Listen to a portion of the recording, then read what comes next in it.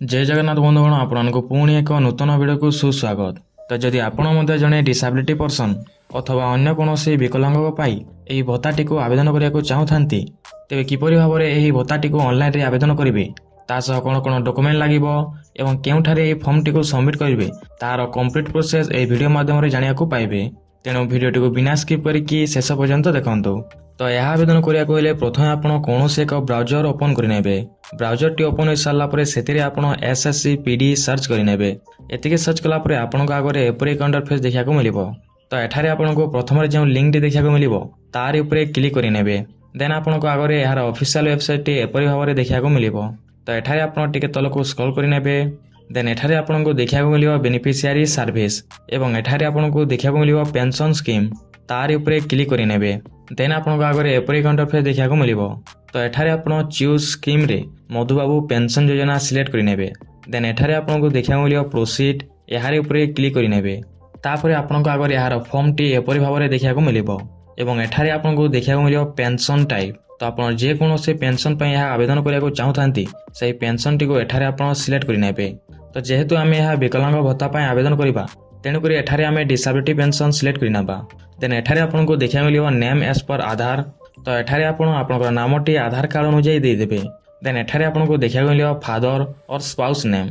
तो एठारे आप पिता अथवा स्वामी जहाँकर ना देले भी चलिबो तांकर नामटी एठारे देदेवे। एतिकी दे सारापर एठारे आपणकर डेट ऑफ बर्थ देदेवे। डेट ऑफ बर्थ दे सारापर आपणकर एज टी ऑटोमेटिकली आसीजिवो। देन एठारे आपको देखा मिले अपलोड एज प्रूफ। तो एठारे आपणकर भोटर कार्ड टी को अपलोड करेंगे। देन एठारे आपको देखा मिले जेंडर। तो एठारे आप मेल फीमेल ट्रांसजेंडर जहाँ भी होते ताठारे सिलेक्ट करेंगे। देन एठारे आपणकर आधार कार्ड नंबर टी को देदेवे। आधार कार्ड नंबर टी दे सारापर एठारे आपको देखा मिले वेरीफाई आधार यार उपरे क्लिक करेंगे। देन टिके लोड नब एवं आपणकर आधार कार्ड टी वेरीफाई सक्सेसफुली हो। तो एठारे ओके करेंगे। देन एठारे आपणकर आधार कार्ड टी को PDF फाइल अपलोड करेंगे। एतिक कर सारापर एठारे आपणकर गोटे पासपोर्ट साइज फोटो अपलोड करेंगे। देन एठारे आपणकर मोबाइल नंबर टी देदेवे। तापर स्टेट टी ऑटोमेटिकली आसी जाइथिबो। देन एठारे आपणकर डिस्ट्रिक्ट टी को सिलेक्ट करेंगे। डिस्ट्रिक्ट टी दे सारापर एठारे आपणकर सब डिविजन टी सिलेक्ट करेंगे। तापर एठारे आपको देखा मिले एड्रेस टाइप। तो जब आप ग्रामांचल बिलंग करुवे तेज एठारे आप ब्लॉक सिलेक्ट करेंगे और जब आप सहरांचल होते तेज अन्य को सिलेक्ट करेंगे। तापर एठारे आपणकर ब्लॉक देन जीपी तासह एठारे आपणकर ग्राम टी को सिलेक्ट करेंगे।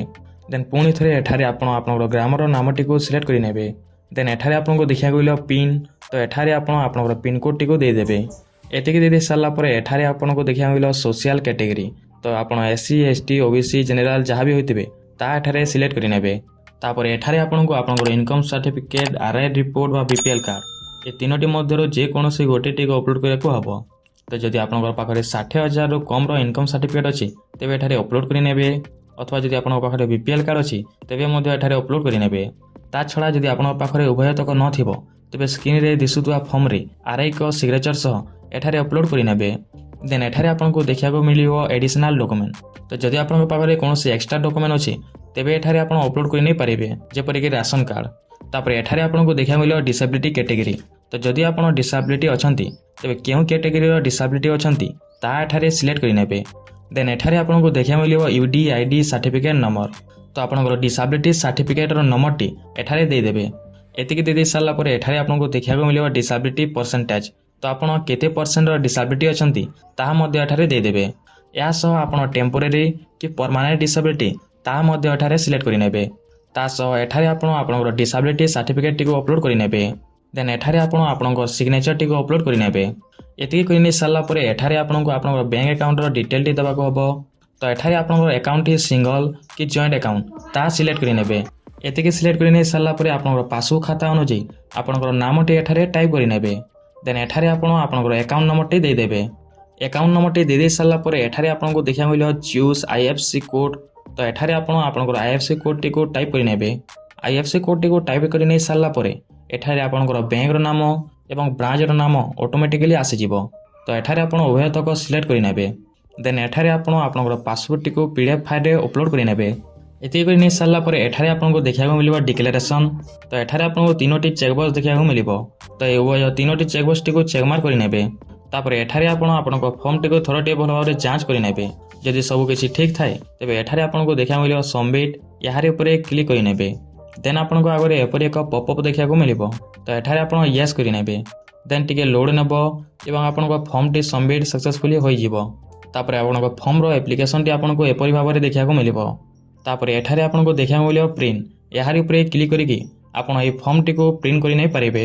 ତାପରେ ଏହି ଫର୍ମ ତା ସହ ଆପଣ ଯେତେ ତକ ବି ଡକୁମେଣ୍ଟ ଅପଲୋଡ଼ କରିଛନ୍ତି ସେ ସମସ୍ତ ଡକୁମେଣ୍ଟକୁ ଆଟାଚ୍ କରିନେବେ। ତାପରେ ସ୍କ୍ରିନରେ ମଧ୍ୟ ଆପଣଙ୍କୁ ଗୋଟେ ଫର୍ମ ଦେଖିବାକୁ ମିଳିବ। ଏହି ଫର୍ମଟିକୁ ମଧ୍ୟ ସେ ଡକୁମେଣ୍ଟରେ ଆପଣ ଆଟାଚ୍ କରିନେବେ।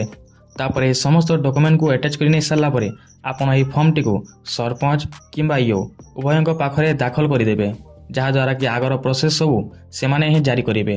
ତ ଏମିତି ପ୍ରୋସେସରେ ଆପଣ ଘରେ ବସି ଆପଣଙ୍କର ମୋବାଇଲ ଫୋନ ଅଥବା କମ୍ପ୍ୟୁଟର ସାହାଯ୍ୟରେ ଆପଣଙ୍କର ଡିସାବିଲିଟି ପେନସନ୍ ଅଥବା ବିକଳାଙ୍ଗ ଭତ୍ତା ଆପଣ ଯେକୌଣସି ଭତ୍ତାଟିକୁ ଆବେଦନ କରି ନେଇପାରିବେ। ଆଶା କରୁଛୁ ଆପଣମାନଙ୍କୁ ଏହି ଭିଡ଼ିଓଟି ଭଲ ଲାଗିଥିବ।